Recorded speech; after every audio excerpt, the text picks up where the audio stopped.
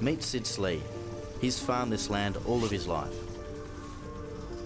Sid has seen more thylacines here than he can remember, and he's sure that they're alive and well and living in the forest behind his property.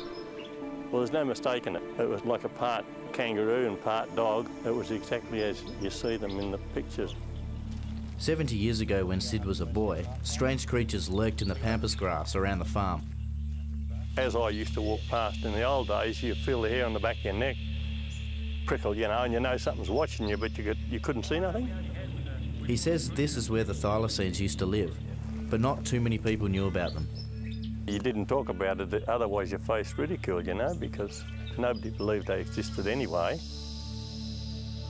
But today Sid's talking. He's even built a family museum documenting his thylacine encounters. Here's a couple of photographs of a kangaroo killed by a thylacine. I skinned it so you could see the white marks. They just grab the kangaroo at the back of the ribs and squash the ribs, and that kills them. The thing is about kangaroos is that they breathe differently to most other animals as too. When they're hopping, their stomach moves up and down, which sucks the air into their lungs. Sid hasn't yet captured the elusive creature on film, but he does have a collection of footprints. Is that a track there? That's the rear footprint of the thylacine. Yeah. Front foot, 5 toes. You see the 5 toes on the front foot? You wouldn't see those claws if it was a cat. No. Yeah, because they've been retracted. And this is the rear one with a long pad. So this is like the ankle would be there, and that's that. That's right. With the females, the young go in the pouch from the rear, so that brings the pouch closer to the ground. Yeah, they're going down on that part of the leg. Yeah. It seems like we've come to the right place to find the thylacine, and Sid's showing us a good place to camp. So what's the name of this place?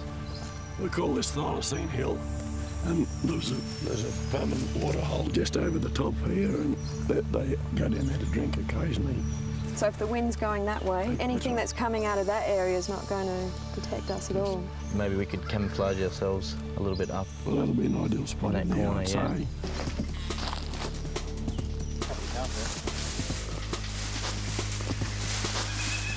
We're going to camp here overnight. If the thylacines are out there, we've got a better chance of filming them with our stealth cameras after dark. You got that? It's coming through. They're both working. Really, shortest one you can find. That's definitely got a transmitter on it, doesn't it? Sid's son Ian has made an amazing discovery. Fresh tracks from a creature that's not supposed to exist anymore. I've come across this one here about 5 o'clock tonight, which I'd say is 6 to 8 hours old, and I believe it to be a front foot of a thylacine. You can see the 5 toes. You can see the 5 toes. See where the heel's pushed in. He's put some pressure down on it because it's spread the toes as she's moving. They've got a very interesting back pad too. It's not like anything else, is it? No.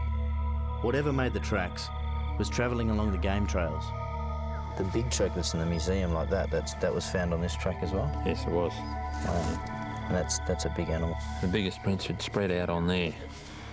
Oh, that's huge. That's huge, yeah. That's like bigger than a Great Dane's footprint. Sid and his son Ian aren't the only locals convinced they've seen thylacines. There's Sid's daughter, Wendy. The first one I saw was about 10 years ago, and it bounded across the road, and I remember thinking, well, that's too big to be a fox, and it's got stripes, but it's not a tabby cat, and sort of just dawned on me, oh my God, I've seen my first thylacine. Then there's Sid's wife, Imelda. The thylacine doesn't look like a fox. It has a very definite appearance of its own. You know that a fox is a fox, and the thylacine is a thylacine. And not a dog. And there's Sid's neighbour, the dairy farmer Adrian Brand. No, it was not a dog, not the way it was acting, not the way my dog was acting either. She was out there, and I've never heard her perform that way before, and I had to go and grab her. And then it just took off? It took off. Yeah, it was gone in an instant. If they're out there, where are they hiding?